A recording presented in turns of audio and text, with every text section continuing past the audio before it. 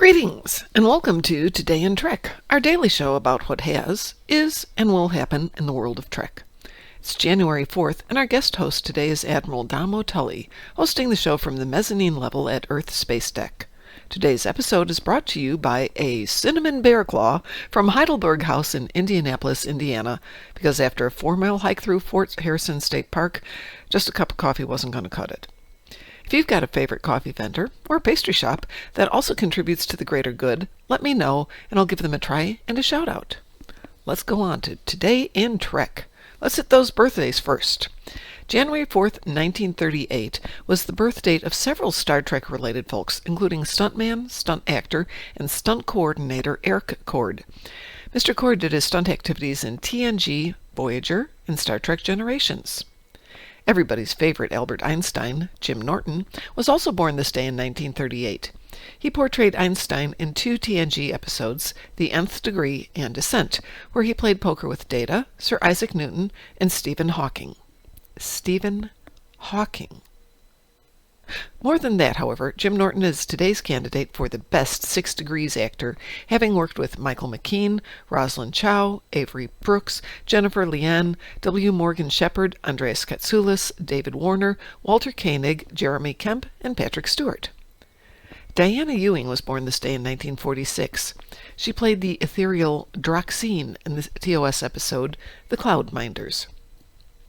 In 1956, Anne Magnuson was born. She played Admiral Kirsten Clancy in Season 1 of Picard, but she also sang in a faux heavy metal band called Vulcan Death Grip. 10 points for style. 2 years later, Matt Frewer was born. Frewer played Berlinghoff Rasmussen in the TNG episode A Matter of Time. The role was originally written for Robin Williams, but Frewer took the role on after Williams could not take the role due to his involvement in the movie Hook.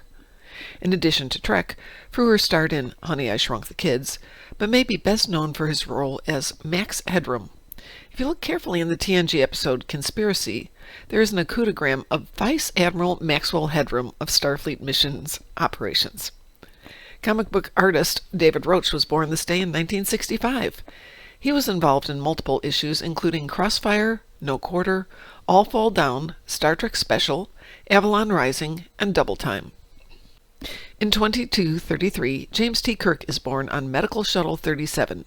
Yes, I know he was also born on March 22nd, 2233 in Riverside, Iowa. But let's just remember that this was, or will be, a remarkable man, and having 2 birthdays 2 months apart, a bunch of light years apart, is hardly out of the ordinary for someone like him. In Trek series on this day, in 1982, Star Trek the Original Series premiered in France. 1982. Only 13 episodes were broadcast at the time, with the balance not being shown until 1986. France. In 1988, filming began on the TNG episode Coming of Age. This episode has some big hits and big misses. It's somewhat Wesley-focused, but doesn't make him the Gary Sue he is in other episodes. It's a bit atypical plot development, as there's a nice setup between this episode and Conspiracy, but we get back to the issue of security? We don't need no stinking security. When angsty teen Jake Kurland manages to steal a shuttlecraft and tries to run off to Beltane 9. Folks, I had to use a security fob to get into the downstairs lunchroom at my last job, but an unauthorized kid manages to get into a secured shuttle bay?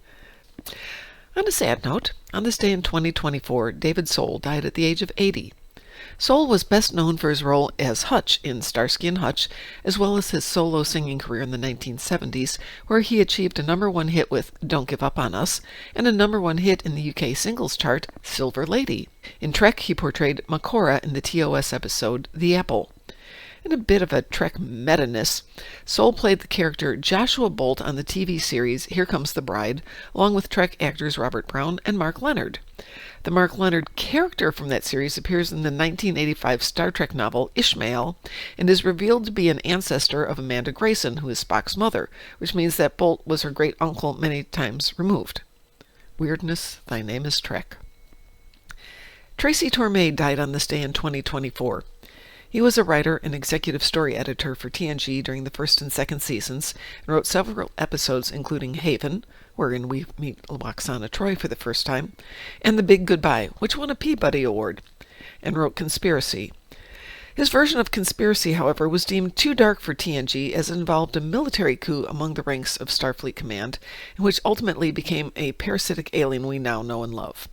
Writing under a pseudonym, he was also involved in several second-season episodes, including The Royale and Manhunt, two of the better episodes than that season.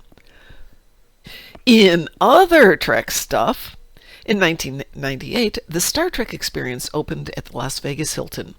The experience included an incredible museum of Star Trek props and lore, a restaurant based on Quarks from DS9, shops, of course, and originally a 4D simulator ride experience. A few years later, a second ride was added, but the first one allowed visitors to get transported up to the Enterprise. I was based out of the Hilton in Vegas for months for a job, and I got to travel behind the scenes a lot, so I know how they did it. But that made the effect even cooler, though not as cool as them greeting you by name after the zillionth post-workday visit. And they would let you tour the bridge, a lift, travel through the inner depths of engineering, and finally you'd get a shuttle ride back home through Las Vegas, all with the hope of getting you, the possible ancestor of Jean-Luc Picard, back home to prevent the timeline from being altered.